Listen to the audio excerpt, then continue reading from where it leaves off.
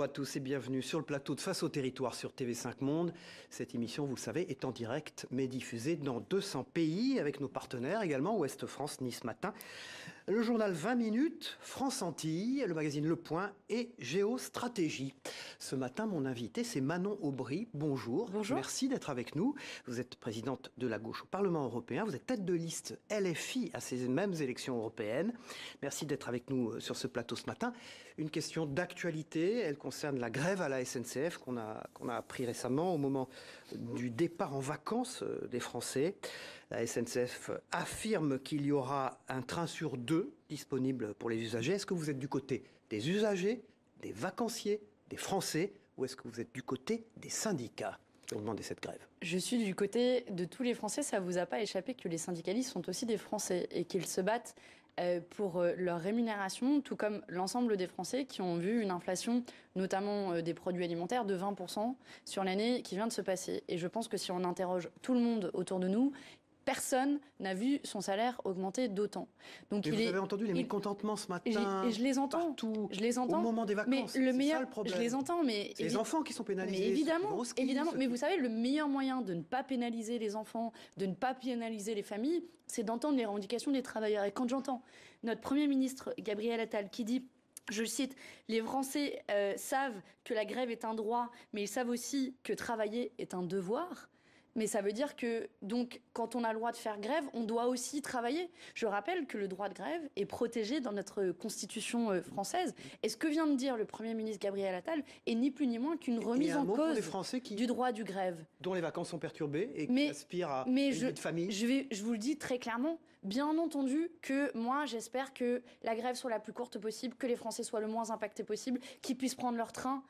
On pourrait aussi parler d'ailleurs du prix de ces billets de train pour les familles, le nombre de familles qui renoncent à traverser la France parce que ça coûte trop cher, du nombre de trains de nuit qui ont été supprimés. Moi, quand j'étais petite, je viens du sud de la France, dans le Var. Ils sont en train d'être remis, hein, vous avez vu les trains de nuit. On en remet des trains. On en remet, par exemple, le Nice-Paris vient d'être remis. Le Nice-Paris vient d'être remis, mais moi, quand j'étais petite, j'avais un Nice-Besançon, par exemple. J'allais voir ma tante. Voilà, j'allais voir, peut-être vous, c'était dans l'autre sens. Mais c'est vrai que il y a une question plus générale, c'est quel service public on veut, quel est l'investissement de l'État pour ce service public et au service, bien entendu, des usagers et des voyageurs. Vous partez pas au ski par hasard, Manon? Non, je ne pars pas au ski. Manon Aubry, qui est tête de liste aux élections européennes de LFI, est notre invité ce matin dans Face au territoire. Dans un instant, Patrice Moyon, éditorialiste à Ouest France sur ce plateau. Bonjour, cher Patrice Moyon. Bonjour Cyril, bonjour Face au Manon territoire. Aubry. On part avec Manon Aubry et vous-même sur la suppression du droit du sol à Mayotte. Grosse actualité. Voilà, cap sur le 101e département français qui vit une situation extrêmement tendue depuis plusieurs années déjà. Le ministre de l'Intérieur, Gérald Darmanin, vient de proposer donc la fin du droit du sol qui serait limité sur Mayotte. Qu'est-ce que vous en pensez ? D'abord, vous avez raison de dire que c'est une situation très particulière que vit Mayotte. C'est le 101e département et souvent le département oublié. C'est le département où le taux de pauvreté est le plus élevé de très très loin de toute la France. C'est un département où finalement il y a un sentiment d'abandon de la République. Et mon sentiment instantané en réponse, c'est de dire qu'il ne faut pas moins de République, mais plus de République, plus d'État. Et je vois bien la tentation immédiate qui est de dire on va remettre en cause nos droits fondamentaux comme si ça allait régler le problème.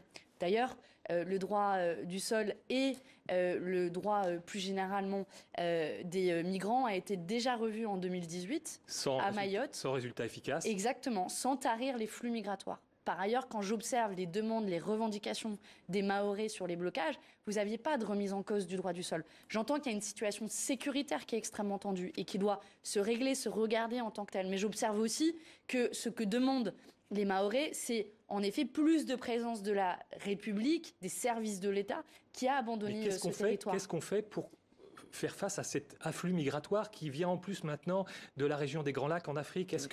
C'est d'abord une coopération avec les États voisins.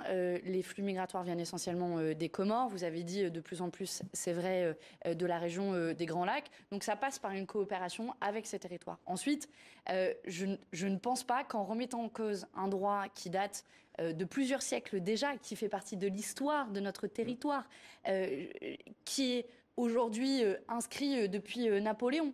le droit du sol, qui est un droit fondamental. Et on voit aujourd'hui que c'est une brèche dans laquelle s'engouffre l'extrême droite, qui en profite pour remettre en cause nos droits fondamentaux sur l'ensemble du territoire. Donc c'est un danger imminent.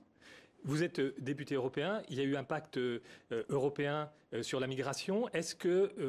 Comment est-ce qu'il s'inscrit justement dans ce projet du gouvernement français? Est-ce que pour vous, il est suffisant pour faire face à cet afflux migratoire? Il s'inscrit dans la même logique répressive et, excusez-moi du terme, raciste et xénophobe de la loi immigration française. Et même va plus loin, c'est tout les rêves les plus fous de l'extrême droite qui sont assouvis avec la possibilité, par exemple, de financer des murs aux frontières de l'Union européenne. Mais est-ce que vous pensez que vous pouvez mettre tous les murs, tous les barbelés que vous voulez, quand les gens ils fuient la guerre, quand les gens ils fuient le dérèglement climatique et qu'ils n'ont d'autres alternatives, quand ils savent qu'ils sont prêts à mourir sur des radeaux de fortune sur lesquels on ne monte pas comme sur des paquebots de croisière de luxe? Vous pouvez faire tout ce que vous voulez. Oui, ils tenteront de traverser la mer Méditerranée. Donc on a un devoir d'humanité, d'accueil, qu'on a su faire, par exemple pour accueillir à raison les Ukrainiens au début de la guerre en Ukraine. Vous voulez dire qu'il y a 2 poids, 2 mesures? Oui, je pense qu'il y a 2 poids, 2 mesures. Bien sûr qu'il y a 2 poids, 2 mesures. On a su l'organiser. D'ailleurs, on a activé à ce moment-là une disposition qui existe au niveau européen pour faciliter la coordination entre les États européens et pour faciliter l'accueil et l'intégration. Pourquoi on a su le faire pour les Ukrainiens, mais on ne peut pas le faire, par exemple, pour les Gazaouis qui fuient la guerre, on ne peut pas le faire pour les Afghans qui fuient la guerre, on ne peut pas le faire, vous voyez, pour toutes celles et tous ceux qui aujourd'hui... Est-ce que vous soutenez ce pacte européen? Non. Qu'est-ce que vous demandez? Je m'y oppose de toutes mes forces contre cette logique de l'Europe forteresse, contre l'agence européenne qui s'appelle Frontex, qui a été une agence dont la complicité a été révélée dans des morts en mer Méditerranée. Alors c'est quoi? C'est l'Europe frontière ouverte? C'est l'Europe frontière ouverte? Non, c'est pas ce que je dis. Ce que je dis, c'est 2 choses. La première, c'est si vous voulez que les personnes, les migrants qui fuient leur territoire ne le fassent plus, parce qu'en général, on quitte rarement son territoire par gaieté, par joie. Je ne sais pas où est-ce que vous habitez, mais si demain... La Bretagne, forcément. Si vous quittez la Bretagne demain, j'imagine c'est que vous avez une raison de fuir la Bretagne. A priori, vous préférez sinon rester en Bretagne. Donc il faut agir contre les causes des migrations, que ce soit le dérèglement climatique, que ce soit le libre-échange qui aussi implique une exploitation économique de ces pays, et évidemment sur les guerres. Et puis, une fois que les gens arrivent en Europe, oui, on a un devoir d'humanité et de respect du droit international et du droit d'asile, et pas une remise en cause fondamentale comme le pacte asile-immigration le fait. Alors vous mentionnez justement les accords de libre-échange. Vous demandez la fin de ces accords de libre-échange. Pour quelles raisons? Ces accords de libre-échange, c'est une folie. Et c'est d'ailleurs Emmanuel Macron qui disait lui-même, vous voyez, j'aime bien citer Emmanuel Macron quand il a été de gauche. Et Gabriel Attal, il disait déléguer à d'autres notre capacité à produire, à nous alimenter, au fond, est une folie. Eh bien oui, c'est une folie parce que ça veut dire qu'on met nos producteurs français et européens face à une concurrence déloyale. Je vais vous prendre 2 exemples. J'ai rencontré des apiculteurs qui produisent en France 20 000 tonnes de miel par an. La consommation française est de 40 000 tonnes. Ils n'arrivent pas à écouler leur stock. Et hier, j'étais avec des horticulteurs français qui ont arrêté de produire des roses à cause, pour la Saint-Valentin, pour toutes celles et tous ceux qui ont offert des roses, à cause de la libéralisation des échanges économiques avec le Kenya. Mais Manon Aubry, vous savez bien aussi... Vous savez bien aussi que ces accords de libre-échange ont permis aussi à l'Europe de devenir le premier exportateur de produits agroalimentaires. 70 milliards d'euros d'excédents. Quel sens il y a à importer du lait, du beurre, de Nouvelle-Zélande, du Mercosur, de la viande, qui vont faire 3 fois le tour de la planète, qui vont être dans des porte-conteneurs qui polluent, qui sont produits avec des pesticides, qui sont autorisés là-bas et interdits souvent dans l'Union européenne, et qui en plus tue notre agriculture et les met face à une concurrence déloyale. Je vous le redis, c'est une folie. Et moi, je me battrai pour mettre un terme final aux accords de libre-échange. La France insoumise aux élections européennes est notre invité ce matin. C'est la tradition de cette émission. Manon Aubry, on va retrouver Chonu, qui est dessinateur, collaborateur de Ouest France, et qui a une question à vous poser sous forme de dessin. On le regarde ensemble. Manon Aubry, bonjour. Robert Badinter, ancien garde des Sceaux, immense avocat, nous a quittés. Lui qui avait été victime de la barbarie nazie et de l'antisémitisme, avait juré que tout au long de sa vie, il ne serait jamais dans le camp des bourreaux. Alors la France est un pays de paradoxes.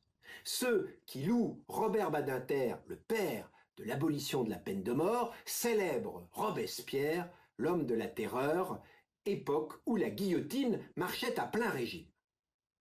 Le 7 février, dans la cour des Invalides, la nation rendait hommage aux victimes du 7 octobre.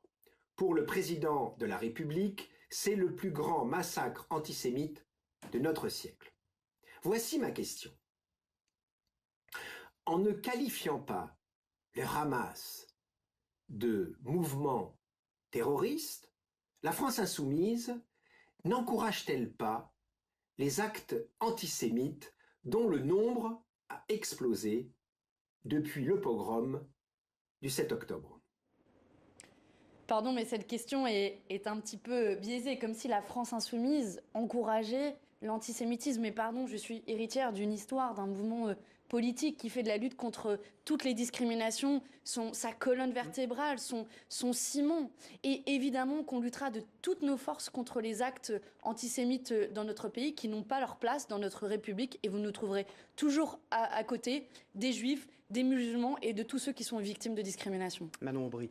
La une de Ouest France, Patrice Moyon. Consacrée aux grèves à la SNCF qui risquent de perturber effectivement les départs en vacances et notamment pour ceux qui voulaient faire du ski. À quoi s'attendre ce week-end, hein, C'est ça. Merci Patrice Moyon, éditorialiste à Ouest France. Dans un instant, Floréal Hernandez, rédacteur en chef de 20 minutes, est sur ce plateau. Bonjour Floréal Hernandez, merci d'être avec nous. Bonjour Cyril, bonjour Manon Aubry. L'Europe, oui. Manon Aubry, vous aviez 29 ans lors de votre première campagne européenne en 2019, Jordan Bardella a 24. Cette année, pour les européennes, il y aura Léon Desfontaines, 27 ans, Marie Toussaint, 36 ans, vous désormais 34. Les élections européennes sont-elles devenues un tremplin pour les jeunes carrières politiques, l'occasion de faire ses armes ? Tout d'abord, c'est pas parce qu'on Il n'a pas oublié, pardon, mais un Premier ministre de 34 ans. Oui, qui a mon âge. C'est pas parce qu'on est jeune physiquement qu'on est jeune dans sa tête. Prenez Jordan Bardella, les rares fois où il est là au Parlement européen, parce que je rappelle quand même qu'il a déposé 21 amendements en l'espace de 5 ans, j'en ai déposé près de 3500 à titre de comparaison. Mais Jordan Bardella vote systématiquement, par exemple, contre le droit à l'avortement. Je ne connais pas position plus rétrograde. Je suis née de cette génération pour qui le droit à l'avortement est un acquis et quelqu'un plus jeune que moi veut le remettre en cause ce droit fondamental à disposer de notre corps. S'agissant du gouvernement, le même raisonnement peut se faire. Quand j'entends Gabriel Attal et ce discours aussi rétrograde qui remet en cause le droit de grève, qui veut revenir avec l'uniforme à l'école, l'autorité, le SNU, c'est une forme d'arrière-garde, je dirais, d'idées conservatrices qui sont défendues par ces jeunes. Donc ne vous fiez pas forcément à l'âge. Vous verrez qu'on peut être jeune physiquement et vieux dans sa tête. Et moi, ce qui m'intéresse, c'est plutôt les réponses qu'on apporte à la jeunesse. Et pour le coup, c'est un terrain sur lequel nous, à la France Insoumise, on a toujours eu beaucoup de force pour s'adresser à une jeunesse qui est précarisée, à une jeunesse qui est méprisée. Justement, le fait d'avoir 34 ans, d'avoir l'âge de cette jeunesse, c'est un atout pour les... On sait que les jeunes votent peu ou pas, en fonction, notamment aux européennes. Est-ce que d'avoir 34 ans, d'avoir d'être de la même génération, d'avoir peut-être des choses communes dans le discours, c'est un atout pour aller chercher cet électorat-là? En tout cas, je veux leur adresser un message très clair. C'est que si eux, ils ne votent pas, ils peuvent être sûrs que leurs aînés vont voter. Ils peuvent être sûrs que les racistes vont voter. Ils peuvent être sûrs que les plus riches vont voter. Et faites un test. Tous les jeunes, je pense notamment aux jeunes étudiants, ils vivent tous en dessous du seuil de pauvreté. Les fils s'allongent aux distributions alimentaires. Et moi, c'est pour ces jeunes que j'ai envie de me battre pour redistribuer les richesses, envie de me battre pour qu'ils aient la possibilité de découvrir l'ensemble de l'Union européenne et qu'ils aient un passe-rail gratuit, envie de me battre pour que finalement les aspirations de la jeunesse à vivre dignement soient entendues. Et j'espère qu'on entendra cette jeunesse dans cette campagne pour les élections européennes. Vous avez raison, les jeunes se sont trop souvent trop abstenus. Dans dans 20 minutes, Léon Desfontaines, donc, qui va représenter le PSC comme tête de liste, disait préférer débattre avec Bardella ou Aubry que face à Le Pen ou Mélenchon. Est-ce également votre cas de préférer débattre avec des gens de votre génération qu'avec des quinquas, des sexas ou des septuagénaires? Moi, je débat avec tout le monde, y compris avec Marine Le Pen, s'il le faut, pour exposer en quoi son projet est un projet non seulement raciste et xénophobe, mais un projet qui se fait aussi contre les plus pauvres de notre pays, puisqu'il s'oppose systématiquement au blocage des prix des produits de première nécessité, à l'augmentation du salaire minimum. J'en fais pas forcément une affaire de génération, même s'il est évident, et c'est une bonne chose, et c'est aussi la force qu'on a eue à la France Insoumise. Notre génération de dirigeants de la France Insoumise, on a tous une trentaine d'années, et c'est bien la preuve que la politique ne doit pas être réservée à une élite qui en fait depuis maintenant plusieurs dizaines d'années. Qu'avez-vous appris lors de votre premier mandat en Europe? Parce que vous parliez notamment du poids des lobbies que vous avez découvert. C'est une inquiétude pour justement ce...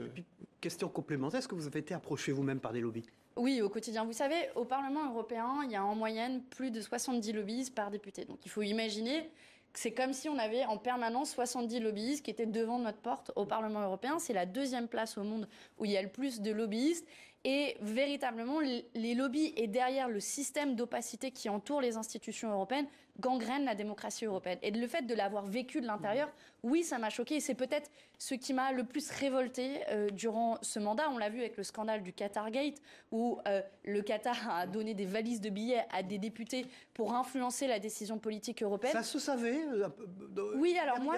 Pas de preuve évidente à l'époque, mais est-ce que ça se savait? Est-ce que vous en entendiez parler? Il se trouve que moi, j'avais négocié un texte sur le Qatar qui visait à dénoncer les violations des droits humains liées à l'organisation de la Coupe du Monde. Et j'avais pu voir les effets de l'ingérence du Qatar, puisque j'avais face à moi des députés qui défendaient peu ou prou les positions du Qatar en faisant un chantage à l'approvisionnement en gaz, etc. Mais pourquoi tout ça est resté juste de mon côté où c'est moi qui le dénonçais? C'est parce qu'en réalité, vous savez, les corrompus, les lobbies, c'est comme les vampires. Ils détestent la lumière.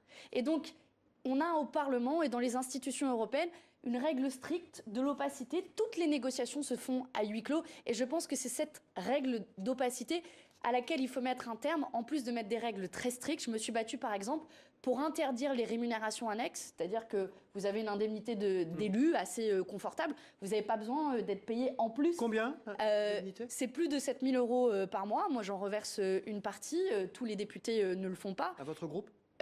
À ma formation politique. Mais je pense que c'est insupportable aujourd'hui de savoir qu'un quart des députés européens sont payés par des lobbies, par des avocats, etc. Et finalement ne rendent pas des comptes aux citoyens qui les ont élus, mais à ces lobbies. Et je pense que ça doit être une priorité de cette élection européenne. Et je vais le dire de manière assez cash, faire le ménage. Fermer le ménage, empêcher tous les magouilleurs, tous les corrompus de tourner en rond s'ils le font. Mais en tout cas, nous serons là pour dénoncer leur magouille aussi longtemps La une de 20 minutes, qui date un peu, mais c'est la une. C'est la une, effectivement, où on s'intéressait à la jeunesse des têtes de liste de ces élections. Sur votre liste, est-ce que, comme en 2019, on trouvera votre mère, puisqu'en 2019, elle était 59e, je crois, sur la liste? Est-ce qu'elle fait partie du dégagisme? Pour l'histoire de ce qui s'est passé en 2019, moi je travaillais dans le secteur associatif, je travaillais pour l'ONG Oxfam. J'étais pas du tout militante politique, c'était un nouveau monde pour moi. La France Insoumise m'a proposé la tête de liste et il se trouve que ma mère, depuis qu'elle était à la retraite, était militante France Insoumise et devait être sur la liste avant que la France Insoumise m'approche. Moi, j'avais même demandé à ce qu'elle soit retirée. Le comité électoral l'a pas fait, mais je vous rassure, ma mère n'a jamais eu le moindre mandat de sa vie.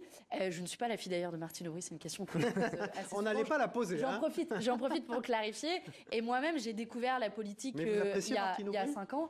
Oui, je pense qu'elle a laissé une trace dans l'histoire. C'est la réduction du temps de travail et c'est la dernière fois qu'on a réduit le temps de travail et en cela redistribué un peu les richesses dans notre pays.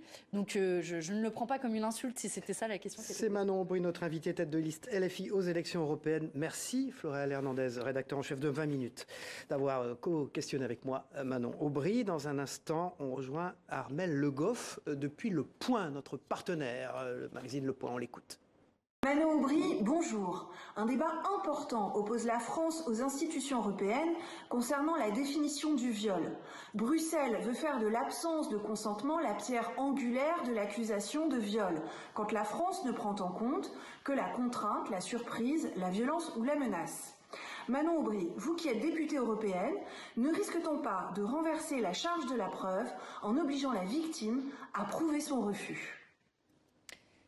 Il y a en France 0,6% des viols qui sont condamnés par la justice. Dit autrement, la plupart des femmes victimes de viols ne voient pas leur agresseur ou leur bourreau être condamnés par la justice. C'est donc bien que à la fois notre arsenal de soutien aux victimes, mais aussi nos dispositions juridiques sont largement insuffisantes. C'est la raison pour laquelle nous nous sommes battus pour ajouter ce critère de consentement qui dit une chose très claire, une relation sexuelle non consenti est un viol. Et c'est un scandale que le gouvernement, aux côtés de l'autocrate Viktor Orban, se soit opposé à cette définition qui existe dans le droit d'autres États européens. C'est notamment le cas en Espagne. Et c'est un scandale que M. Dupond-Moretti, depuis plusieurs jours, aille sur tous les plateaux pour me nommer spécifiquement et dire que nous dirions qu'il n'y a plus de dispositions juridiques sur le viol, qu'ils assument maintenant. Oui, ils sont du côté des agresseurs quand ils refusent de faire évoluer la juridiction pour protéger les victimes de viol. On part à Nice en direct et en duplex dans un instant avec Denis Caro. Bonjour Denis Caro, en duplex en direct de la rédaction de Nice Matin. Bonjour. Votre question. Bonjour Manon Aubry, vous étiez favorable à une liste commune avec les écologistes aux européennes. Ce n'est pas le cas. On le sait, les écologistes sont plutôt légitimes sur la question du climat. Comment comptez-vous faire entendre votre voix? Est-ce que vous avez vraiment des différences avec eux sur cette question? Oui, j'ai toujours plaidé et je plaide encore aujourd'hui pour une liste commune de la NUPES. Pourquoi ? Parce que nous avons d'abord suscité, je crois, un espoir il y a un an en créant cette nouvelle coalition qui nous a permis d'être en tête au soir du premier tour des élections législatives et surtout de se poser en alternative pour conquérir le pouvoir. Quand on a l'extrême droite face à nous qui est à près de 30% dans les sondages, quand on a les macronistes qui sont en train de s'effondrer, oui, je le dis et j'en profite de cette antenne pour continuer à lancer un appel à tous les orphelins de la NUPES, à toutes celles et à tous ceux qui ont cru en l'unité de la gauche pour faire face à l'extrême droite et aux macronistes. Je leur dis, nous allons continuer à défendre ce programme de la NUPES. Nous allons continuer à rassembler sur ma liste. Il y aura des personnes, des personnalités, des élus issus des rangs de la NUPES pour continuer à tracer cette trajectoire pour être finalement l'anti-Bardella, l'anti-Le Pen et surtout continuer à créer un espoir. Manon Aubry, vous avez à plusieurs reprises lors de votre mandat approuvé des actions de désobéissance civile. Est-ce que vous applaudissez quand des activistes aspergent de soupe la Joconde ou un tableau de Monet comme le week-end dernier à Lyon? Bonne question.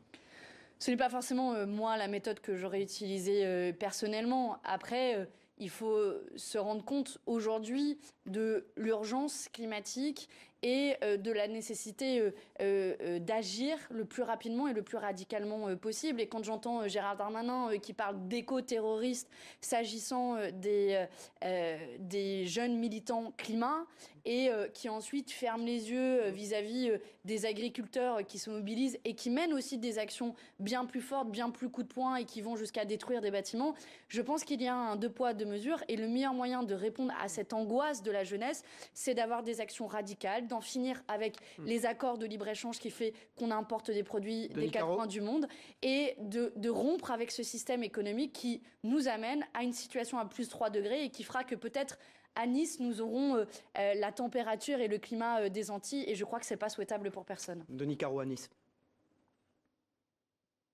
Total Energy a réalisé en 2023 le bénéfice le plus important de son histoire, plus de 20 milliards de dollars. Patrick Pouyanné, le patron de Total, a expliqué que ces bénéfices serviraient à mieux rémunérer les salariés et à investir dans le développement durable. Est-ce que c'est une bonne nouvelle? Très vite. C'est un scandale qu'aujourd'hui Total fasse près de 20 milliards d'euros de bénéfices exceptionnels quand vous payez votre plein près de 100 euros et surtout quand le gouvernement continue à faire des cadeaux à ces grandes entreprises multinationales et refuse de prolonger une taxation sur les superprofits. Nous, au pouvoir et notamment au niveau européen, nous demanderons une prolongation et une extension de cette taxation des superprofits pour mettre à contribution les grandes entreprises multinationales qui se sont gavées sur notre dos et c'est le cas de Total. Merci Denis Caro. Vous étiez en duplex et en direct des magnifiques studios de Nice ce matin. Et à très vite dans Face au territoire, à jeudi prochain. Merci Denis. Tom Benoît, directeur de la rédaction de Géostratégie, est sur ce plateau dans un instant. Voilà, tout de suite nous partons pour les Antilles. Fort-de-France, Cyril Boutier, le directeur éditorial, et notre partenaire dans cette émission, a une question à poser à Manon Aubry. On l'écoute. Bonjour Manon Aubry, vous évoquiez depuis tout à l'heure l'Union européenne dans le cadre des élections à venir. J'aimerais savoir la place qui, selon vous, doit être accordée aux régions ultramarines, particulièrement les Antilles-Guyane, au sein de l'Union européenne. Et si, selon vous, il n'y avait qu'une mesure, en tout cas la mesure la plus urgente à prendre en faveur des territoires d'outre-mer au sein de l'Europe, quelle serait cette mesure ? Tout d'abord, sur la place, nous avions Younous Omarjee, qui était sur ma liste en 2019, qui est président de la Commission du développement régional au Parlement européen et qui a œuvré pendant tout son mandat pour le développement, la protection des territoires ultramarins et des territoires d'outre-mer, et notamment sur le déblocage de financement, qui s'est battu pour la reconnaissance de l'esclavage aussi comme un crime dans notre histoire de notre humanité. Donc je voudrais d'abord saluer son travail et dire que oui, les Outre-mer continueront d'être au cœur de notre travail. Je pense notamment à la question de l'eau qui est très importante aux Antilles, l'accès à l'eau en Guadeloupe et en Martinique. Il est intolérable que dans une société aussi riche que la nôtre, des gens soient privés très régulièrement d'eau, faute d'investissement dans les canalisations et à cause de l'abandon d'un service public. Bonjour Cyril Huguet, bonjour Manon Aubry. Dans un pays comme la France, selon vous et votre famille politique, à combien se situe le taux convenable d'imposition pour que le pays puisse fonctionner ? D'abord, partons de la réalité. En pratique, nous avons quasiment tous le même taux d'imposition en France si nous comptons l'ensemble des impôts que nous payons, notamment la TVA, qui est le premier impôt en France. Et en réalité, ceux qui sont les moins bien payés sont les 0,1% les plus riches. Non, mais il faut le comparer aux autres pays. Il y a des pays qui sont moins imposés que la France. Je vous dis que le taux de prélèvement obligatoire des 0,1% les plus riches est près de 2 fois moins élevé que celui des 50% les plus pauvres de notre pays. Donc c'est aujourd'hui ça l'enjeu de rétablir de la justice fiscale, de contribuer à hauteur de ses moyens. Il n'est pas normal que quelqu'un comme Bernard Arnault paye en proportion moins d'impôts que vous, moi, paye ou 5 milliards d'impôts en France et pourtant il effectue seulement 4 à 5% de son chiffre d'affaires chez LVMH en France, 40% en Asie, il s'équipe de 5 milliards. C'est d'une proportion, monsieur. Ça n'est pas assez, 5 milliards. Quand vous avez aujourd'hui une caissière, par exemple, qui va être imposée en pratique à plus de 50%, parce que, je le rappelle, si vous êtes un expert fiscaliste, le premier impôt en France, c'est la TVA. Et c'est un impôt qui est foncièrement injuste. Parce que plus vous consommez, plus vous payez d'impôts. La TVA est injuste. Si la France insoumise était au pouvoir, est-ce que la TVA serait abaissée ? Est-ce que l'imposition serait abaissée ? La TVA serait abaissée sur notamment les produits de première nécessité pour avoir un taux à 0%. Elle serait abaissée sur les transports en commun. Elle serait abaissée sur le train, puisqu'on on parlait juste à l'instant du prix du train. Et en revanche, oui, je l'assume, nous rétablirions l'impôt de solidarité sur la fortune qui est payé par une toute petite minorité de Français. L'impôt sur la fortune immobilière aujourd'hui est payé à partir de 1,5 million de patrimoine. Mais vous savez comme moi que le patrimoine... Madame Aubry, avec 20 années de taux négatifs, vous savez que nos concitoyens se sont constitués, j'aimerais terminer sur ce point, se sont constitués un patrimoine immobilier qui dépasse très régulièrement le million. La dépense publique, Madame Aubry, qui est la plus... Je peux vous répondre ou pas ? Oui. Donc, s'il vous plaît. Donc là, vous évoquez la situation économique, mais vous le savez comme moi, si vous êtes un expert, que le patrimoine détenu par les plus riches de notre pays n'est pas uniquement le patrimoine immobilier, mais d'abord et avant tout le patrimoine financier. Est-ce que vous trouvez normal que le patrimoine financier... Est-ce que vous trouvez ça normal que le patrimoine financier soit exonéré d'impôts quand de nouveau, quand quelqu'un qui gagne un salaire, lui, va être taxé. Mais donc c'est une forme de taxation qui est profondément... Si vous parlez de monnaie... Si vous me parlez sur ma voile, ça ne me permet pas de vous répondre. Oui, mais je peux quand même vous poser des questions, madame. Oui, mais je peux répondre à vos questions. Donc aujourd'hui, c'est quoi l'enjeu? C'est de faire en sorte que, comme disaient les Gilets jaunes, que les gros payent gros et que les petits payent petits et qu'on paye à hauteur de nos revenus. Donc et le projet politique des Gilets jaunes. Je me battrai pour une redistribution des richesses. C'est le sens même. Vous posez une dernière question, madame Aubry. La dépense publique, 60% par rapport au PIB en France, PIB de 2600 milliards. Est-ce que c'est trop ou est-ce qu'il faut augmenter la dépense publique pour construire à nouveau plus de logements sociaux et plus d'assistanat? Question logique, hein, ça. Alors là aussi, vous permettez-moi de vous le dire, votre question est biaisée. Et quand vous dites plus de logements sociaux et plus d'assistanat... Elle n'est pas biaisée, je vous dis pourquoi, parce que nous avons 70% de personnes éligibles aux logements sociaux. Je peux le comprendre, mais laissez-moi répondre. Pas, je n'ai aucun problème avec vos réponses. Donc, moins de logements sociaux, ça veut dire quoi, monsieur? Ça veut dire plus de SDF. Ça veut dire, vous avez déjà 300 000 personnes dans notre pays. Ça peut être également plus de personnes qui travaillent et qui parviennent à vivre de leur travail, bien sûr. 300 000 personnes qui vivent sans toit dans notre pays, plus de quelques dizaines de personnes qui sont déjà mortes dans la rue. Ce n'est pas un autre sujet. À quoi sert le logement social? À faire en sorte que le droit le plus fondamental de notre pays, c'est d'avoir un toit sur notre tête. Et moi, je continuerai à me battre pour que tout le monde ait un toit sur notre tête et à défendre le logement social, monsieur. La une de Géostratégie Bon, Magazine. Elle ne portera pas sur la dépense publique, puisque je n'ai pas eu ma réponse. La une de Géostratégie Magazine, Israël, Palestine, le choc des civilisations, un numéro qui est en kiosque jusqu'au mois de mars 2024. Merci Cyril Viguier et merci Manon Aubry. Merci. Dans un instant, Demet Korkmaz de la rédaction internationale de TV5 Monde sur ce plateau avec nous.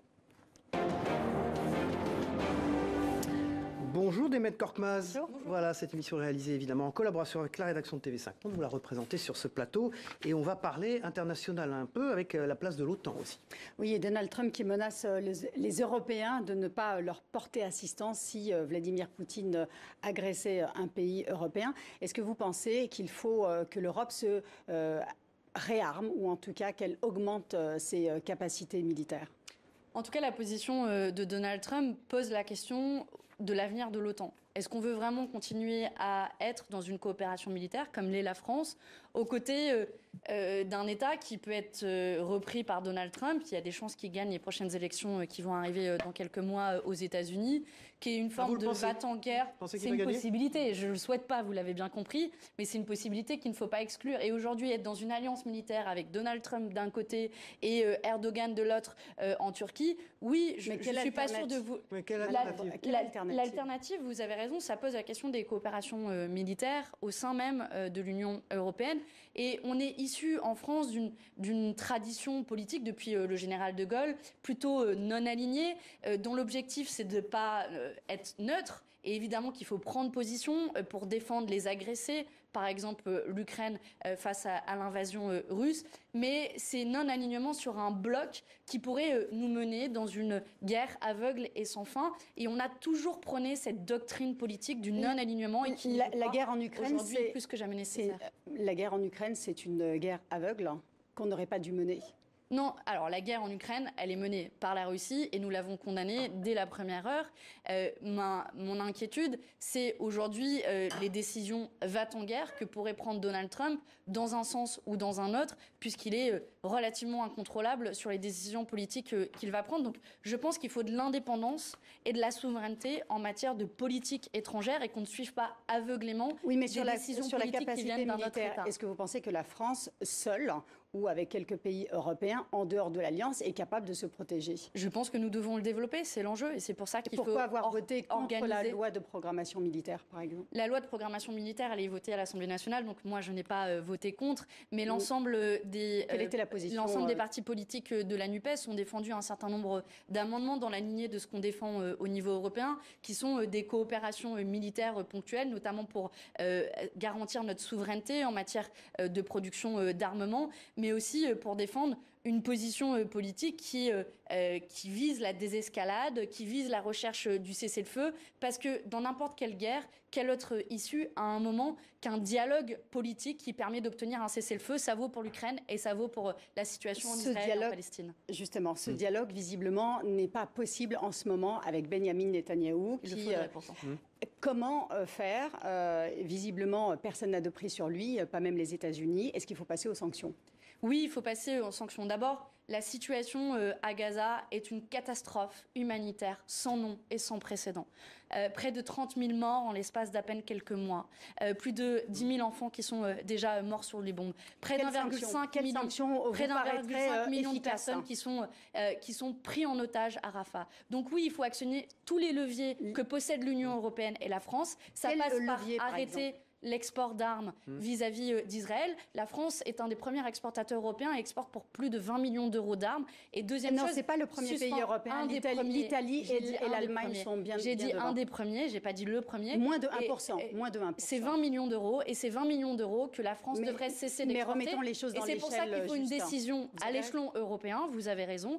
Et de la même manière, il faut que l'Union européenne suspende son accord d'association entre l'Union européenne et Israël pour prendre Israël finalement au portefeuille. Et c'est le sens d'une résolution que j'ai déposée au Parlement européen qui appelle non seulement à un cessez-le-feu immédiat, mais aussi à des sanctions très claires vis-à-vis d'Israël, faute de quoi l'Union européenne et la France continueront d'être complices de ce carnage. Parlons du Sénégal qui s'enlise également dans la crise. Macky Sall a reporté les élections, il n'y a pas encore de date. Est-ce qu'à partir du 2 avril, c'est la fin de son mandat, on considère que Macky Sall est toujours le président du Sénégal ? C'est une situation qui est extrêmement complexe et je voudrais envoyer ma pensée à toutes les Sénégalaises et les Sénégalais qui ont le sentiment légitime de se faire voler une élection, de se faire confisquer la démocratie. Et j'espère que la communauté internationale pourra aussi peser de tout son poids pour que les élections puissent être organisées le plus rapidement possible et dans les conditions initialement prévues. Merci Demet Korkmaz, journaliste à la rédaction internationale de TV5 Monde. C'est Manon Aubry qui est notre invitée ce matin, tête de liste LFI aux élections européennes. Manon Aubry, la structuration de LFI n'est pas démocratique. Le pouvoir est consacré à quelques personnes non mandatées. Ce sont des militants qui parlent et qui ont écrit un courrier à la direction du parti. Est-ce que ça vous interpelle quand même ?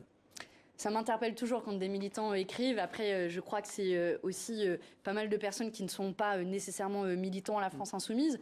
Mais aujourd'hui, la France Insoumise a beaucoup évolué. Dans l'élaboration, je peux vous dire pour ce que je connais, dans l'élaboration de la liste pour les élections européennes, par exemple, il y a eu des candidatures qui ont été faites. Vous ne ressentez pas vous-même cette problématique démocratique dans le mouvement ? On peut toujours faire mieux, bien évidemment. Mais je vous donne un exemple sur l'élaboration de notre liste. Des candidatures dans tout le pays. On a mis en place des coordinations départementales qui sélectionnent les candidatures. Et puis, dans un dernier temps, il y aura un vote de tout le mouvement sur la liste qui a déjà voté sur les orientations politiques. Donc notre mouvement a évolué pour passer le seuil d'échelle. On n'est plus simplement un petit mouvement d'opposition, on a un mouvement politique qui aspire à gouverner le pays. Et je crois que de ce point de vue-là, on a aussi donné des gages dans la matière. Jean-Luc Mélenchon, c'est le candidat absolument incontournable, naturel aux élections présidentielles ou pas pour vous ? 2027, c'est dans longtemps. Oui. Ce que je sais et ce dont je suis sûre, c'est qu'on ne fera rien contre Jean-Luc Mélenchon. Ce que vous savez, c'est qu'il sera candidat. Non, j'en sais rien. Non, très honnêtement, j'en sais rien. Ce que je sais, c'est qu'il a permis de relever un drapeau de la gauche qui était dans un bien sale état. Et que les 22% à l'élection présidentielle qu'il a réalisé il y a près de 2 ans maintenant a permis la création de la NUPES, a permis un espoir à beaucoup de monde dans notre pays, en particulier à la jeunesse de notre pays. Et je sais qu'on pourra compter sur lui, y compris pour construire la suite, même si ce n'est pas nécessairement lui qui sera le candidat. C'est lui qui le décidera. Et s'il est le candidat, je sais qu'il sera un point de force sur lequel s'appuyer dans les prochaines années. Vous voyez quelqu'un d'autre derrière ? Mais vous savez, la force de la France Insoumise, c'est aussi... Moi, je ne suis pas candidate à l'élection présidentielle. Je vais essayer de mener une campagne pour les élections européines qui va permettre à notre liste de faire entendre une voix sur le chemin de 2027. Une question un peu personnelle. Cette violence à l'Assemblée nationale... Moi, je suis au Parlement européen, mais... C'est pour ça que je la pose à vous, et pas forcément à la tête de liste aux européennes. Les excès de Jean-Luc Mélenchon, souvent dans les médias. Est-ce que ça ne heurte pas votre idée de faire de la politique ? Votre génération est impliquée dans la politique avec des méthodes différentes. On a vu ce matin, vous répondez aux questions, mais il y a plus de douceur, d'explication, de pédagogie. Est-ce que votre engagement n'est pas heurté, au fond, par cette patte qu'a voulu la France Insoumise au Parlement, cette patte qui est faite de violence et de provocation souvent? Je ne suis pas d'accord avec les termes que vous envoyez, qui sont de violence et de provocation. Il y a une colère dans le pays et on assume d'incarner cette colère. Non, mais je vous pose la question à vous personnellement. Mais je vous donne mon avis.